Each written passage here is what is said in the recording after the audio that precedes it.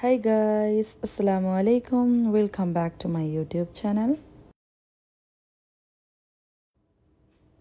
இன்றைக்கி நாங்கள் பார்க்க போகிறது ஒரு ஸ்பெஷலான beef recipe, beef cake. So வாங்க எப்படி செய்கிறேன்னு பார்ப்போம்.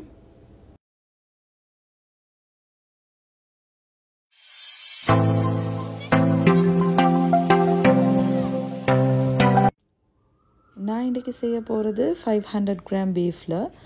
ஸோ 500 கிராம் பீஃப்க்கு 1/4 டீஸ்பூன் மஞ்சள் தூள், 1 டீஸ்பூன் உப்பு, இறைச்சி கவர் ஆகிற அளவுக்கு தண்ணி சேர்த்துட்டு நல்லா ஹை ஃப்ளேமில் குக் பண்ணணும்.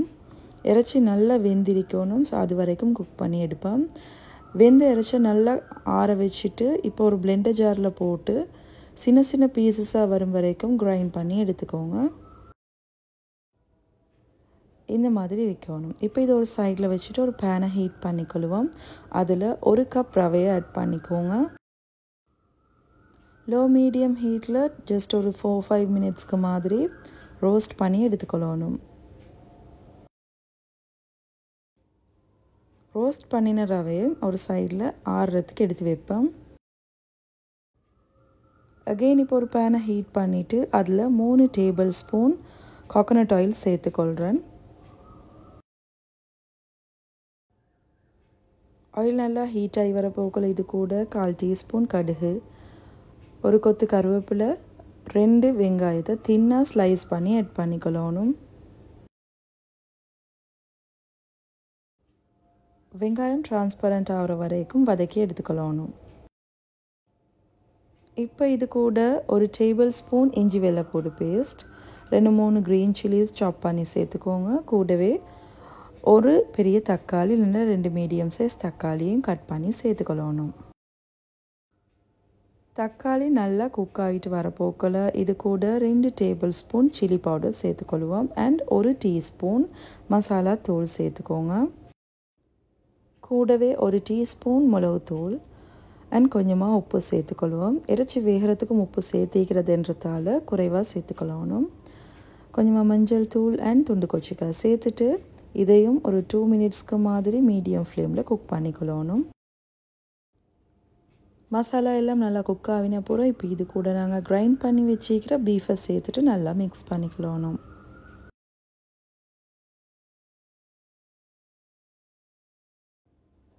பீஃப் மசாலாவோட நல்லா மிக்ஸ் ஆகணும். அண்ட் இப்போ இது கூட 1 கப் ஃப்ரெஷ் மில்க் சேர்த்துக்கோங்க. ஃப்ரெஷ் மில்க்குக்கு பதிலாக கோகோனட் மில்க்கும் சேர்க்கலும்.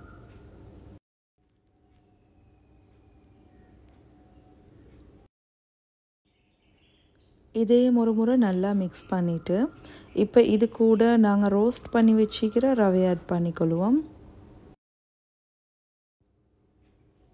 இப்போ நல்லாவே லோ ஃப்ளேமில் வச்சுட்டு மிக்ஸ் பண்ணிக்கொள்ளணும்.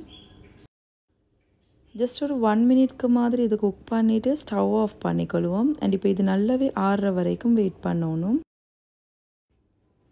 அண்ட் இப்போ ஒரு பவுலில் 4 முட்டையை உடச்சி எடுத்துக்கொள்ளணும்.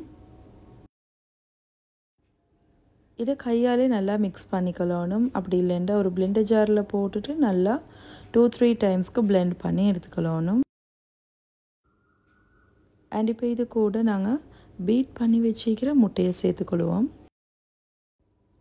முக்கியமாக முட்டையை சேர்க்க போக்கில் பீஃப் நல்லா ஆறிக்கணும். இப்போ இது கூட கொஞ்சமாக சாப் பண்ணி வச்சுக்கிற கொத்தமல்லி இலையும் சேர்த்துட்டு நல்லா மிக்ஸ் பண்ணிக்கொள்வோம். மிக்ஸ் பண்ணின இந்த பேஸ்ட்டை இப்போ நாங்கள் பேக்கிங் ட்ரேக்கு ட்ரான்ஸ்ஃபர் பண்ணிக்கொள்வோம். பேக்கிங் ட்ரேயில் ஒரு பார்ச்மெண்ட் பேப்பரோட போட்டு ரெடி பண்ணி வச்சுக்கோங்க. ஸோ தட் அது ஈஸியாக இருக்கும். இப்போ நாங்கள் மிக்ஸ் பண்ணிக்கிற எல்லாத்தையுமே பேக்கிங் ட்ரேயில் போட்டுட்டோம். இப்போ இது ஈவனாக நல்லா ஸ்ப்ரெட் பண்ணி எடுத்துக்கொள்ளணும்.